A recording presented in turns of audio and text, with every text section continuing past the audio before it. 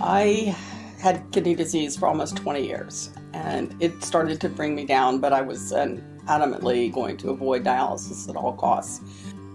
I was overcome with responsibilities. I was taking care of my 93-year-old mom who has dementia. I had my grandchildren. I didn't have the luxury of being able to let go. So I said, okay, just do the dialysis long enough for me to get things in order and I'll be done. So I did. And then I started to feel better. And the really neat thing is that as I've been on Next Stage and been doing my treatments at home, I have endless bounds of energy that I never had before. In the clinic, I had made it clear I would learn everything myself. I wanted it that way. I'm a very independent person, fiercely independent. I feel that it's important that you own your own treatment. People say, well, I don't know how to pull a needle out. There's lots of different methods, and whatever works, for your dexterity, it's not difficult. It's something that can easily be learned, and you can do it yourself. You don't have to have someone to pull that needle out. I learned that my treatments were for me.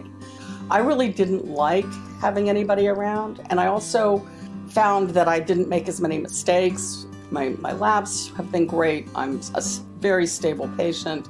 So they agreed to sign off and let me do my treatments alone. Believe it or not, I know that sounds crazy, but once I get in there and I'm on and everything's all running smoothly, it's really relaxing. I'm Nieltje Gedney. I'm a Next Stage patient.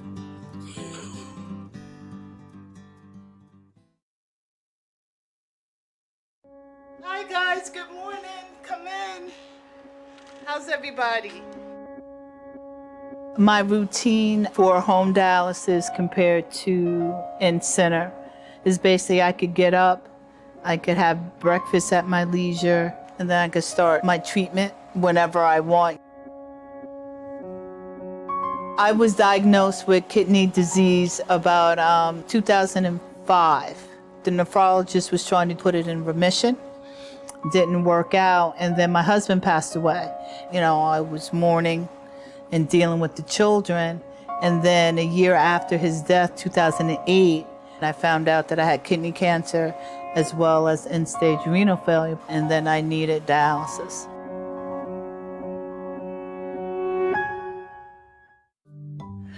So this is Tableau. Her name is Tammy.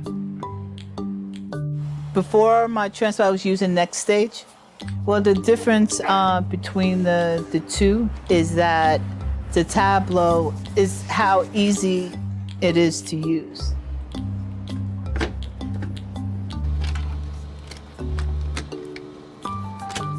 You just go, set it up, and you're on your way. 10 steps compared to like 20 or 30. After being prescribed in-center dialysis, a routine that led to constant exhaustion and restrictions, Jimmy Bates became aware of a new option. We're looking at, what's going to give him the best quality of life. Yes. So we know this machine is gentler on his heart than the ones in center. We also know that slowing down the blood flow rate on this machine also is even better on his heart and his fistula. We also slowed down his UF rate, so it gets a deeper cleaning, deeper into those molecules, so his body doesn't even feel like he's a dialysis patient. Right. Home hemodialysis allows Jimmy, with the care of his wife Dawn, to travel across the country, showing firsthand how you can have kidney disease but still live life to the fullest. They do a type of dialysis that it's relatively new in the sense of this particular machine and this particular method, which provides a freedom to our patients that they've never had before. That's one of the things we lose, because when people crash into dialysis, even when they know that they're going to start dialysis, all of a sudden you're told what you can't eat, what you can't drink, what time you have to be at the center, how long you have to be here. And it's very regimented, and so they lose time traveling to the center, their time in the center, traveling home, and then the rest of the day for recovery. We don't have that. Wherever we go, we're home. That's right. Having this at-home option has given Jimmy his life back. It's like the outside of the camper says, it says spend your day your way. That's what we want to do. I have to do dialysis, but once that's done, I can go and do anything else. Yep. And there are people who are afraid, and I understand that. Change is scary, and you're already thrown into this world that is scary enough. You've been told you have a disease that has no cure, and so now people are talking to you about putting needles in yourself and doing your treatments, and that's very scary, but it doesn't have to be. It can be very empowering. The Bayts say it is important to be educated on all options that are available. I was a new mom. I had just gotten married. I just moved into my home with my family, and I got this diagnosis with kidney disease, and it threw everything out of whack. I didn't really know much about dialysis. I really didn't know much about kidney failure. I personally thought it was some kind of terminal illness. It was very frightening to me. Once I had to start on hemodialysis and I was going to the center, well, it was very depressing. The first thing that we're told as patients is what we can't do, what we can't eat, where we can't go. Well, what was the conversation that you had with the doctor?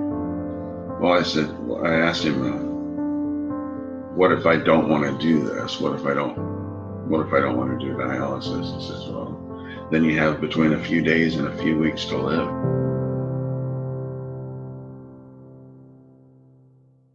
I think that being able to do it at home has been the best thing in the world for me. It gave me the freedom and the flexibility to continue doing the things that I love.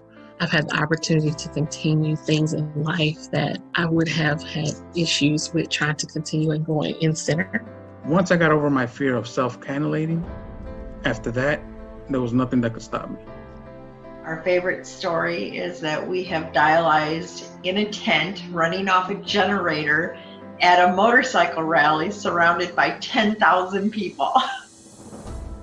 It was awesome. I'm a mover and a shaker. I have to be able to get up and go when I get ready. You're not tied to a regimented schedule of a center, of a dialysis center or of a hospital. Nocturnal treatments have made a huge difference in my quality of life. At first it seems very overwhelming, but don't give up, just keep on going and you will establish a routine and it'll just become automatic, like a reflex, and you don't even have to really think about it. The real convenience of doing it at home is there's no travel time. Liz is here for the whole 4 hours. And we're talking and planning and about things. You feel like you have control over your life and you can plan and make other things work. We can look at our calendars and we can say, well, this is what the week looks, and we kind of plan it out 1 week at a time. And we have free time. Let's drive up and go to San Francisco today. Let's drive over to the coast for a day or even spend the night. You can work it so that you have a pretty good gap in there. Oh, it's great. No, I feel like I have kind of reclaimed my life a little bit. There was a stretch there. I couldn't walk very far, couldn't play golf. I've played twice this week.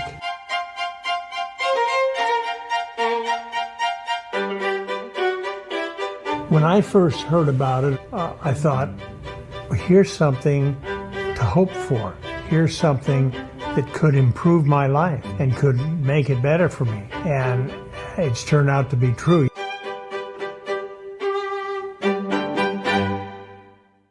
I am a self-appointed queen of dialysis. I like to rule my dialysis machine. I went into kidney failure when I was 14 years old, which is 19 years ago now, and I can't have a kidney transplant. So I live and survive by dialyzing myself on this beautiful, huge dialysis machine pretty much every night at home, overnight while I sleep, carefully supervised by Archie the cat. In my previous talk, I'm not going to obviously cover it again, but I talked about the fact that for many dialysis patients, kidney disease is really, really tough. When your kidneys fail, it isn't just that your body can no longer clean the blood and actually remove toxins that keep, the kidneys keep you alive, but it's not just that.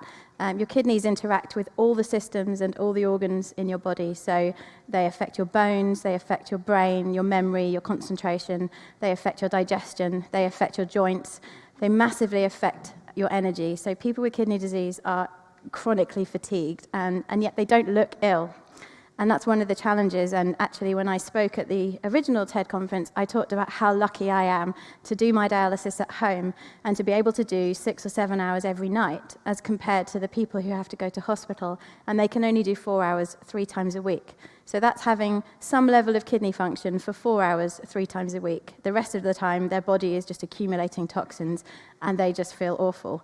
But they don't look ill, and it's really quite challenging for them to sort of try and survive and function and get on with everyday life when they're managing with this really tough disease.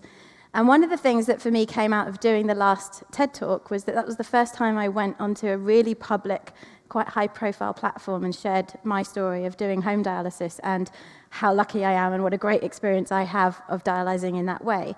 And it put me in touch with a lot of kidney patients all around the world, in fact, who found the talk and contacted me and shared their stories. And it was very humbling and very inspiring to hear from different people who are all managing with this disease. And you are always a kidney patient. So we all hear about the organ donation list and everybody appealing for people to become donors. But even if you have a kidney transplant, it doesn't fix everything. Hopefully it will be great and you will do really well, but that transplant probably won't last forever. And you will be taking an awful lot of very aggressive, strong medication to keep the transplant working. So even when you have a transplant, it's not a solution. So kidney patients, they're a tough crowd. They're really strong, really positive people, and they're dealing with a lot. And actually, it's also a fairly hidden disease, but it's more common than you think. So probably most people here, or maybe you yourselves, may have some degree of kidney disease and may have some awareness of this.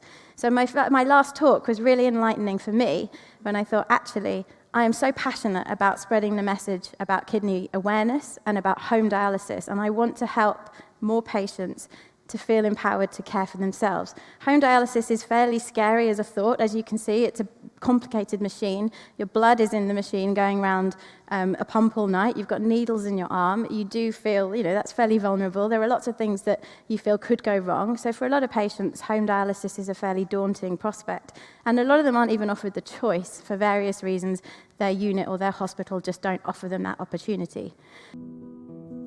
Eric and I met in high school, and we have been married for 33 years, and we have 2 kids that we adopted, Antonia and Jacob. So we love traveling and hiking and camping. We love to be outdoors. So I was 16 and I got gout, and they did blood work and also looked at my urine. The blood test showed that I had about 50% of my kidney function. And for the next 20 years, I would visit a nephrologist annually, and I would give blood work, and we would monitor it, and things were going quite well. And then the blood tests showed that my kidneys started to fail. And within 4 months, they went to end-stage kidney disease. And I started doing emergency dialysis. While he was going through the emergency dialysis, I was very involved, taking him to appointments, sitting with him during dialysis. It was pretty scary, and a lot of crying and a lot of worry. And so it was just asking for a lot of help and relying on those around me to give me some support.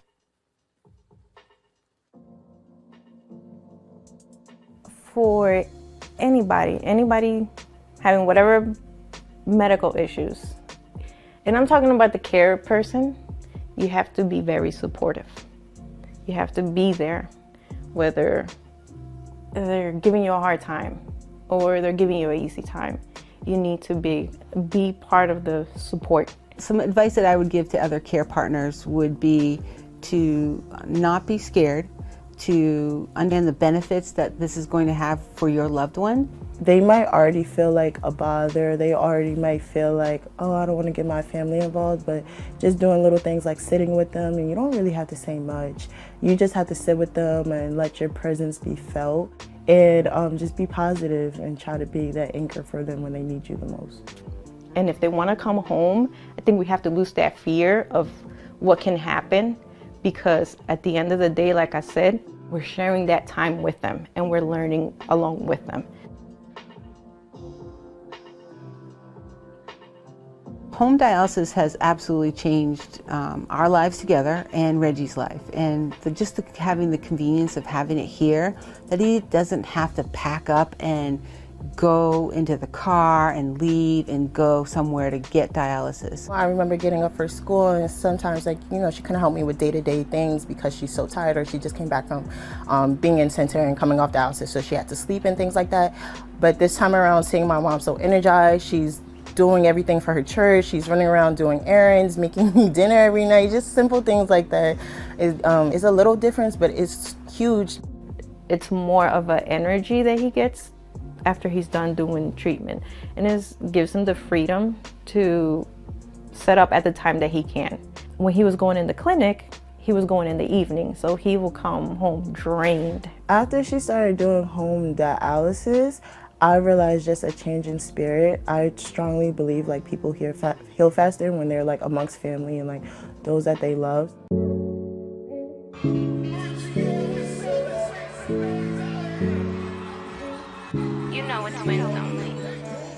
Tell me the days when all that it do is rain. I'm doing music the whole time. Since college, high school, I've always been in music.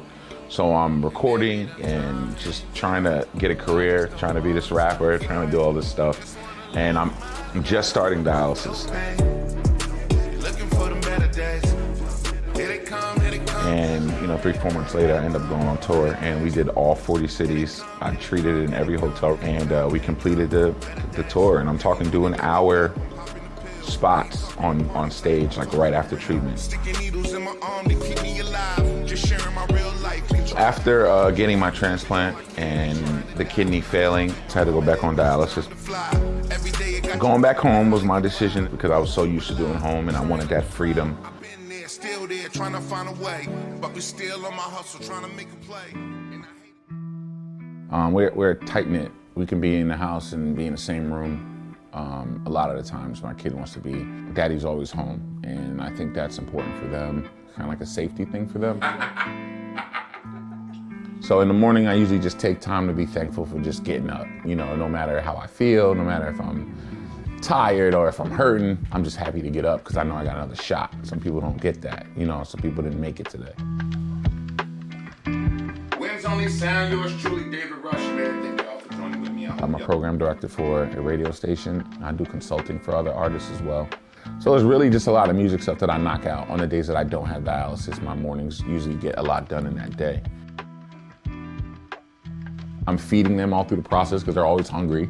So I'm either getting snacks and getting lunches ready and, just making sure they're taken care of. They need help.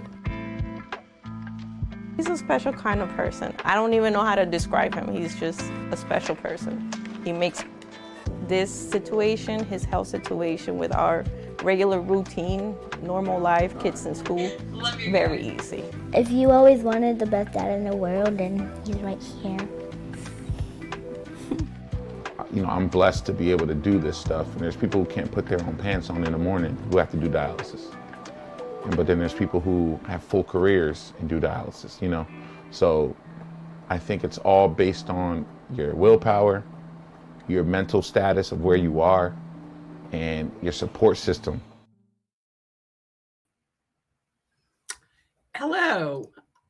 Some of you may have seen me earlier, Nieltje Gedney, and I'm the executive director of Home Dialyzors United. And I'm here today with a really special group of advocates that I want to introduce you to in no particular order. First up is Dawn Edwards, who is a self-described chronic kidney disease warrior with firsthand experience of every renal replacement modality, including transplant and rejection. So Dawn, welcome, and we're looking forward to chatting with you. Next is Tracey Amadi, who is a patient advocate, a former in-center and home dialysis patient, and 2-time transplant recipient, who actually just got her second transplant this year. And finally, Erin Battle is a wellness ambassador for the Rogosin Institute, New York City, and is helping patients to get their wings back. Erin also is an actor and singer in New York City, and welcome everyone. We're here to talk about what we wish we knew when we started. We've all been on dialysis for a fairly good length of time. I know I'm in 9 years, and each of you have a fair number of years under your belt. So let's just start going around. Maybe start with Dawn, and then Tracey, and then Aaron, just again, in no particular order. And tell us about what you wish you had done differently when you first found out you had kidney disease. Wow, you know, I could talk all day about what I wish I knew when I first found out I had kidney disease. When I found out that I needed dialysis, it was way back in 1992. And there just weren't any resources readily available for me to educate myself, to find out what dialysis was like, what this new life was going to be like, and what I could expect. So I learned a lot by fire. I wish that I knew that home therapies was going to be as great as I found out it to be later on. I wish that I knew more about diet and how that was so important in prolonging the kidney function that I did have. You know, in addition to that, I really, really wish that I knew patients that were doing dialysis just like me, that I could talk to and ask them the questions that I just couldn't get the answers from the clinical staff in the dialysis unit. So that's just a couple of things, but I could go on and on. And Tracey, how about you? I agree with Dawn.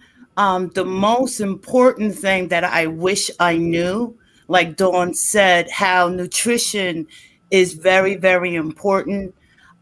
During my 5 years, I lost a lot of weight. And when you're on dialysis, you lose your appetite. Food doesn't taste the same. And I wish somebody told me that not eating is not an option, that you have to use food. You have to look at food like medicine. When the doctor tells you you have to take X, Y, and Z, that's exactly what you're going to do. So food is very, very important. I wish I asked a lot of questions. I wish that I did have other dialysis patients to bounce off questions and looking at seeing dialysis in the works. I knew of dialysis, but I really didn't understand the machine or actually see it being done. And Aaron, what was your experience like? I just want to say, I wish I knew. Yeah. I mean, basically, because, you know, you're into this whole situation all of a sudden and you don't know anything. And like Dawn, I started a while ago. And when I had time actually to understand what was going on, but I didn't have the resources. I had 2.5 years before I actually started to have treatment. And but I was also lucky enough to find a facility at that time that was doing a home treatment of peritoneal dialysis, because it wasn't actually that readily available at that time. And I just think that from now, all of the information and education that happens was not happening at that point. I'm sure some things were out there, but it was not available. And it's not available to new patients who have absolutely no idea about what this illness is and what it does and how you need to take care of yourself with food, et cetera, et cetera. So I can definitely resonate with your comments about food. I actually was able to help avoid going on dialysis for almost 20 years by doing a low protein diet, moving to a more natural diet. And lately I've been working with the plant based diet. So food is very important. And as Tracey brings up, you have to think of it as medicine. But moving on, what do you think are some questions that you want the audience to know that were important to ask as you started? Dawn? Yeah, one of the first questions that's really important to ask is when you find out that you're in renal failure, if you're not one of those patients that has to start dialysis right away, one of the questions to ask is, what can I do to prolong the kidney function that I already have? And that's where we go back to that food. Yep. Again, that's one of the most important aspects of prolonging the function that you have. The next question that's really important to ask is, what are my options? You don't have to accept what's offered to you first. One of the things that I really regret is that I went in center first without finding out more about what my options are. So those are like the two main questions that you really need to ask when you find out that you have kidney disease. And the next thing I would ask is there a patient or someone that I can speak to, just like me, who's gone through this journey, that I can talk to about what to expect as I go forward managing kidney disease? And Tracey, do you have some questions that you can think of? I think it's important to know what caused your kidney failure. Number one, I didn't know that there were 5 stages of kidney disease.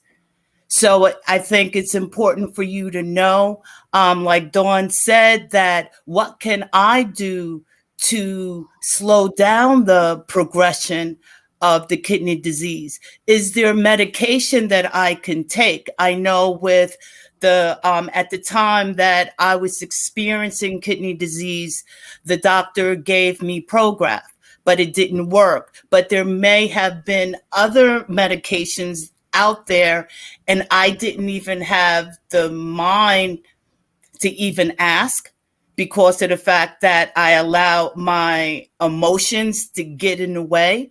And I think that it's important for you to not to see dialysis as an end, but it's a new beginning, and you just have to learn to accept where you are. And I believe Christine in the first session, she says that don't try to get back the life that you had, but you accept what you are, your situation that you're in, and start a new beginning. Wonderful advice. And Aaron? Again, I love the simple answers. What do I ask? I mean, basically, that's really the question. We're very fortunate right now to have so much information and so many resources available to us now. As I said, when I started, I knew there were some things going on. When I live in New York City, you would think that there would have been more. There was nothing. It was more for me to actually find out. I was lucky enough, as I said, to have those years, and also had a great nephrologist. And they actually let me go into a dialysis facility before I was ready. And all I could say was, I don't know, I can't do this. I cannot do this. There's no way in the world I'll ever be able to do this.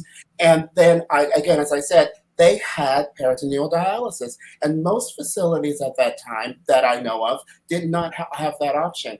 And I said, what is that? Can I do that? And I started on peritoneal before I actually had, I mean, I think I had a couple of sessions in center, but I was training for my PD. What do you ask? What does this mean? Am I going to die? I mean, I think Dory earlier was talking about fear, and we're working on something about that as well. And the fact that you can't remember anything when you're scared. You're absolutely frightened because all you hear is that, even if they're not saying it, is that I'm going to die. You know, Aaron, this is everything you're saying. Everybody said is exactly true. I remember early on being sent to the dialysis clinics and literally being overcome with fear. I call it my PTSD moment. Mm-hmm. So, and nobody ever discussed with me that there were options for home. And this was only 10 years ago. So wow. Even knowing what those questions are to ask is really important. We had a question from the audience, and it seems to be this is a really hot topic today. And they want to know about how challenging is it for a patient to learn to cannulate themselves for home dialysis? So I know, Dawn, you've done this in the past. Anyone else here? I have as well. And how was it for you, Tracey? You know what? I didn't have fear of learning to cannulate because I knew that that's going to get me home and I'll be able to do dialysis at home. I would have more freedom. My children, my two daughters were 7 and 9 at the time. So I was able to be home for them. So fear with the cannulation was not an option. And that the nurse that I had, because I started off with next stage for about 5 months, she was very good and just being with me every step of the way.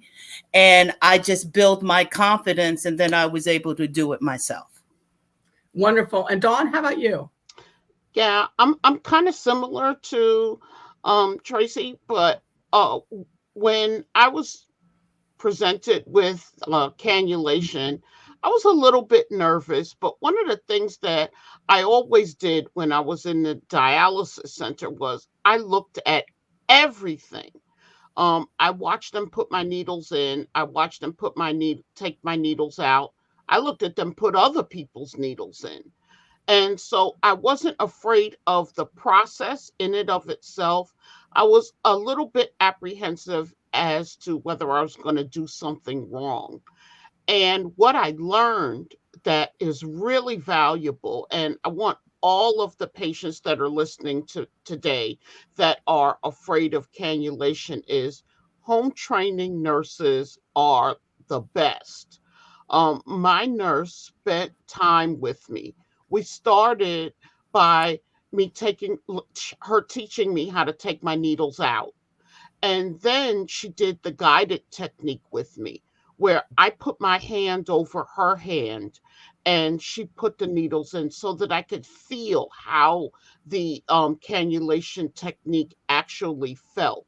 And I was paying attention to how I felt inside my body, like how the needle felt when it went in, and when you felt the pop when it goes into the graft, or when you get that flashback. I really paid attention to those things.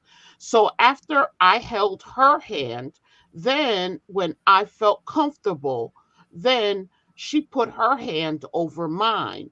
And I started to put my own needles in. And I was paying attention to how it felt. And if it didn't feel good, then we could draw back and make that adjustment. That's something that when a technician or a nurse in a dialysis center can't do, because they can't feel inside of you. Only you can feel that. And once I got that first flashback into from putting my needle in, that was it for me. I was empowered. I was ready to go, and I was excited about being able to cannulate myself on my own. You know, I experienced everything that you two have talked about. And it is so empowering. And to this day, no one will ever put another needle in my fistula. Absolutely not. You think you can't do it. I still actually have to look away if they draw blood, but I can, put my needles in every day. So we have another interesting question, which we're actually going to talk about a little later today. But Debbie Lawson writes about AKI as a initiating for your the cause of your kidney failure. And this is a topic really important to me because in looking back in retrospect, that is probably what had precipitated my starting dialysis as well. Did any of you experience an AKI or that you know of, or did you have a genetic illness or another reason for starting diabetes? One of the, I think it's interesting to tell the audience here some of the many different reasons that we've all ended up in dialysis. For me, I had FSGS, and it was very progressive. And I tanked very quickly.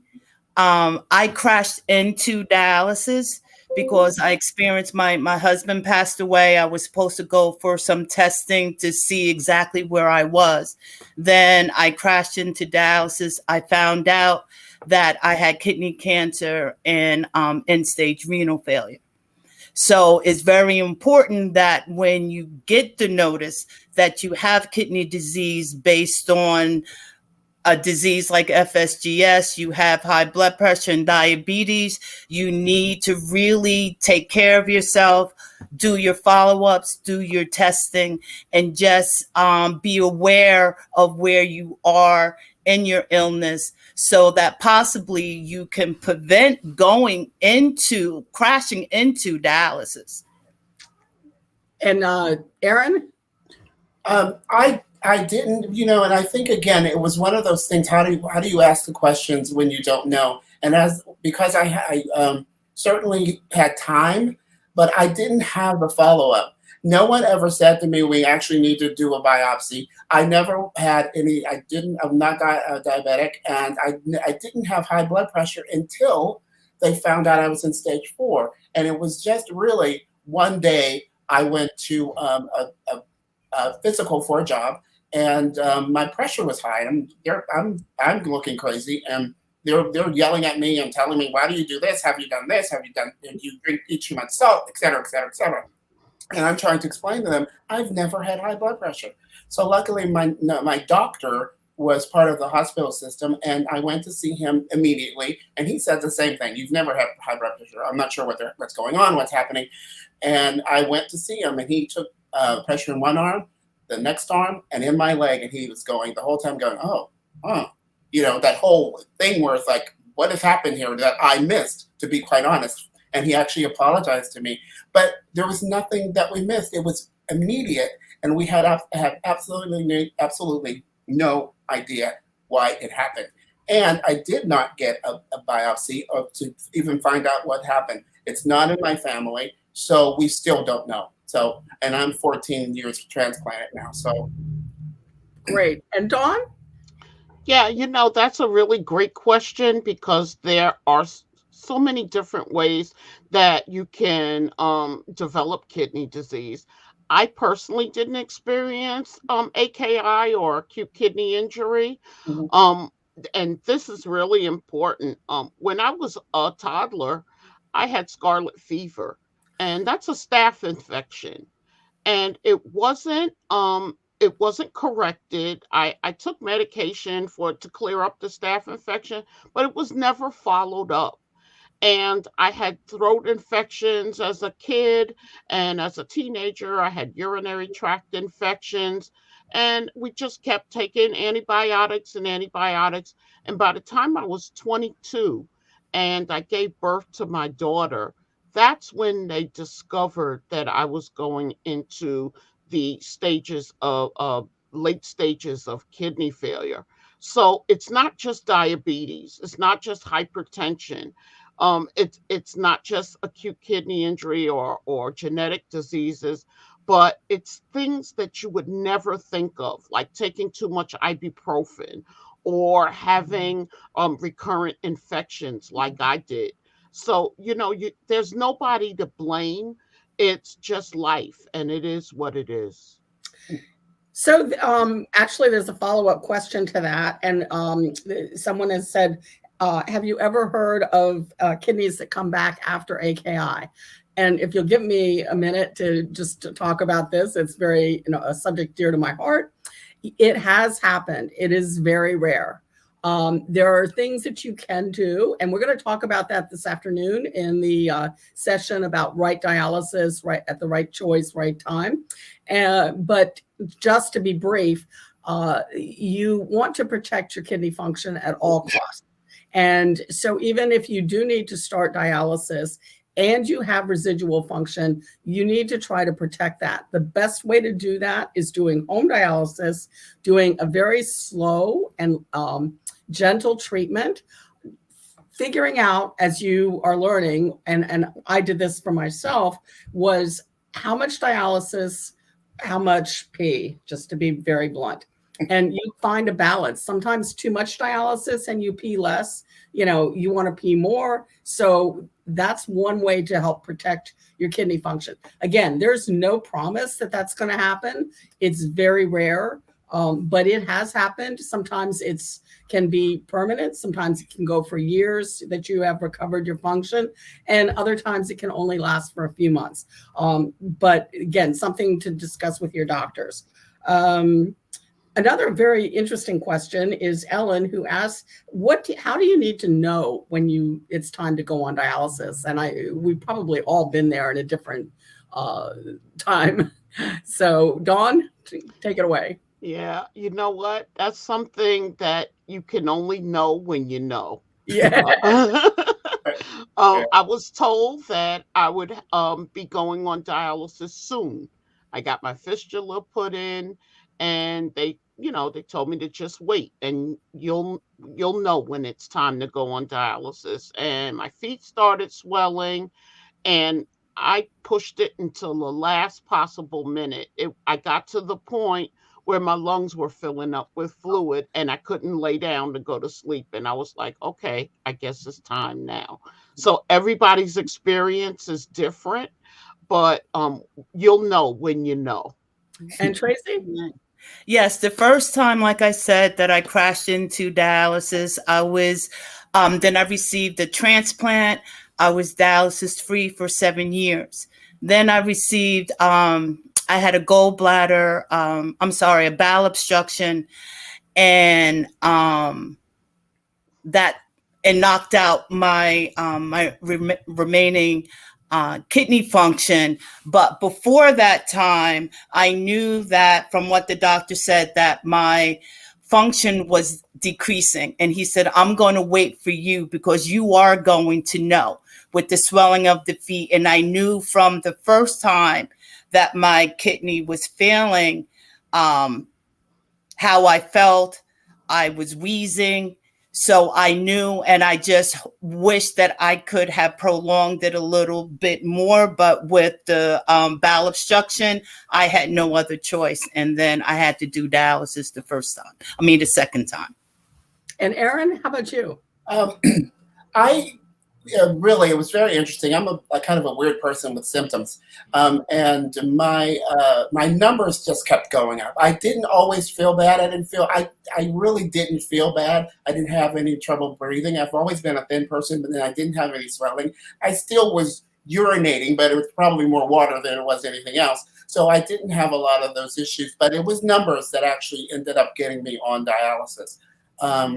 And I still had a little more function once I started, which if I had been able to start on peritoneal and if home hemo was available, I probably would have still had more function throughout the whole process. But that's when I knew. That's when I knew because they said you have to do it now because it's already, your numbers are still crazy. But basically what ended up happening. So I totally understand this question.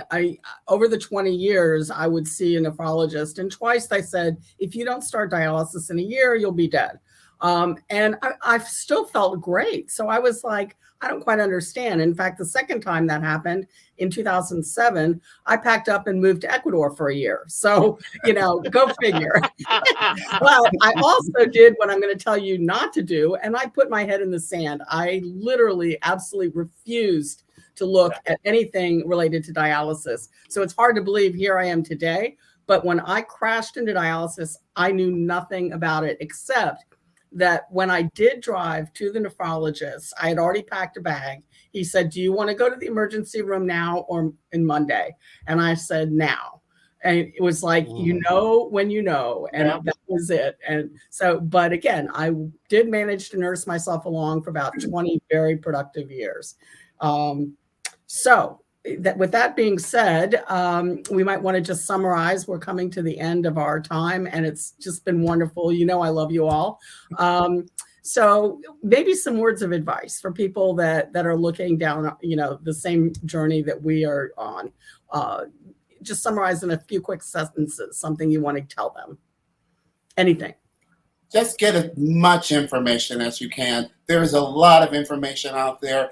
Also, talk to, as everyone said here, talk to a patient who's dealing with or has dealt with kidney disease. They know, whether they know, but they know just through their experiences exactly what happens and what's going on. You can then weed out some of the myths and some of the misconceptions, but also just try and learn what is happening to you and take care of your bodies. And Tracey? Yes. Yes, I say don't look at dialysis, whatever form, whatever options you have decided to take. Don't look at it as a death sentence. You can live a very good life with dialysis. You just have to take care of yourself. It's a frame of mind as well. You got to take each day as it comes. If you can't do something, you can't go anywhere, just relax because tomorrow's another day.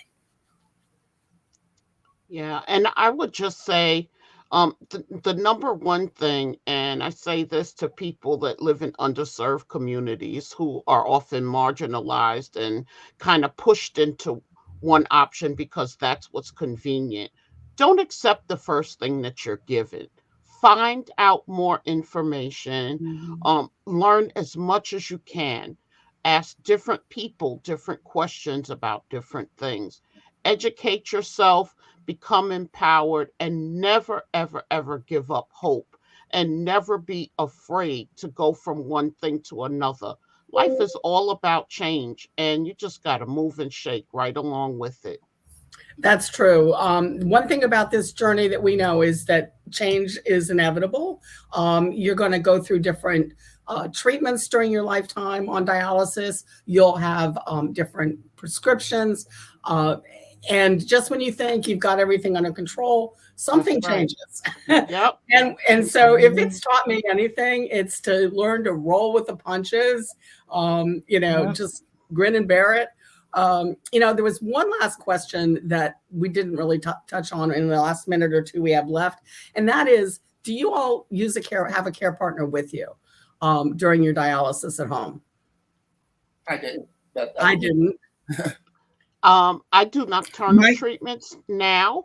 So my mom is in the house with me, and she doesn't do not one thing. I do everything myself. She's just there. When I did PD, I did everything myself as well. I didn't need any help there. And when I first started on home hemodialysis, I was very sick coming back from a transplant. So I did need some help then. But once I started doing those treatments and I started to feel better, I was like, I don't need you anymore. And I was able to do it myself. And yes, my daughter, she was in the next room because she was working from home, but I did everything myself, unless, if I needed something to drink, Naomi, come in. And it was a very good experience compared to in center. And I just want to share, I did receive a transplant February of this year. So I'm doing really well. And I just want to, support people who are on their journey of making whatever decisions that they make. So again, thank you all for sharing your stories with the audience. And I'm hoping that we've given them a little bit of reassurance that, we can all live our best lives, no matter what cards we've been dealt. So learn what you can from all of the resources. And one of the great things about this event today is that along with every session that you're attending, underneath the pictures, if you scroll down, are a ton of resources. And on the websites of the organizations partnering here today, you'll find even more resources. And so that's how you are going to learn. Just soak it up like a sponge. Mm-hmm. Learn as much as you can. Yeah. Wow, what an amazing session. It's always such a wonder to hear from our patients. Like, we learn so much about, what they go through and what they're looking for. Right now, though, I am currently sitting with Dr. Rachel Perlman, who is a nephrologist at the University of Michigan. She is passionate about helping people with kidney disease successfully use home dialysis therapies. Thank you for joining us today, Dr. Perlman. Thanks, John. I'm really happy to be here with you today. Well, we're here to discuss health equity issues in home dialysis. So I'm going to start with our first question, which is, how would you describe the current state of access to home dialysis across the country? Thanks, John. That's a really important question. And I think it's important to note that people who are from populations who are sometimes called underserved, but specifically African American, Native American, and Latino populations are overrepresented in kidney disease and end-stage kidney disease requiring dialysis, but tend to have less access to and less use of home dialysis. Home dialysis is not spread equitably across this country and is certainly used more both in some regions and in some micro regions or dialysis units. And so not every dialysis unit in the country is able to provide home dialysis or has the certification to provide home dialysis. So where you get your dialysis care can really impact the kind of dialysis that you do. Well, thank you. So my next question kind of, goes along with that. Is it harder for certain racial or ethnic groups to access home dialysis?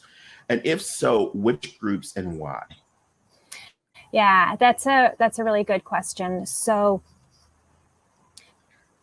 people who are African American, Native American, and Latino are underrepresented in home dialysis. And usually when I say home dialysis, I'm lumping together home hemodialysis and peritoneal dialysis, with peritoneal dialysis being much more common than home hemodialysis. And access to both of them is really important for everybody who has kidney failure requiring dialysis. And what I hear from my patients and what I read in the medical literature is that people who do dialysis at home really value that opportunity, and both the health benefits that come with it and the ability to have that control over their medical care and their lifestyle and make dialysis fit in better.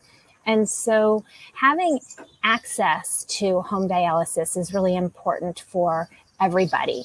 In terms of the barriers and what keeps people from being able to access that, I think it exists on very many levels. And so one is that in order to do dialysis at home, you need to be educated about home dialysis. And I don't mean educated like formal school education, but if you don't learn that home dialysis is a possibility for you and what it takes to do it, you're not going to engage in it or be able to move forward with it.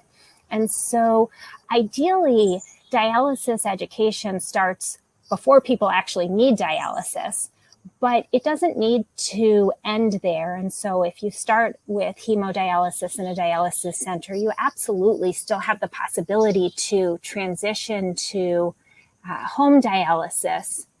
The big but is you have to know that it's available to you and you have to be getting care somewhere that offers it.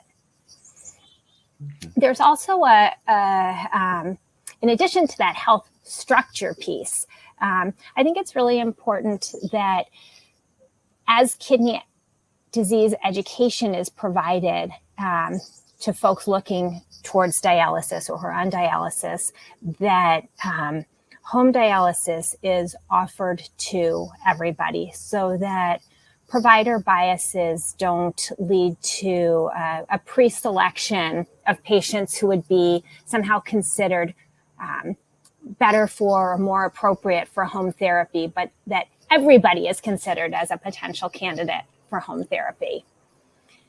And then another piece that I think is really important is that when people are doing dialysis at home, they tend to be advocates for it and both want to tell other people about it, but are comfortable talking about it. And so most people, or many people with kidney disease, know somebody else with kidney disease and may even know somebody else who's getting dialysis. But whether they know somebody who's doing dialysis at home, a neighbor, a friend, a family member, can make a really big difference in whether doing dialysis at home feels accessible. Because doing home dialysis can feel scary and weird and cut off from medical care, which I don't think it is. But knowing from a peer or somebody that you know who's doing it can make it feel so much more accessible than just hearing it from your nurse or doctor or social worker. I 100% agree. And that leads me to my next question.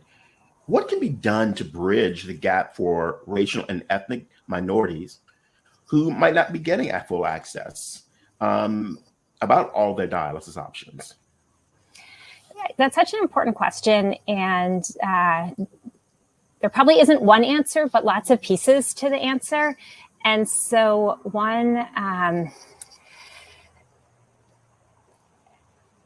health systems need to make care equitably available to all, but saying that doesn't make it happen. And so the availability of education from what is now much more common, but has not been as much of the traditional medical education, like online resources and learning from members of a dialysis community, I think is becoming much more important.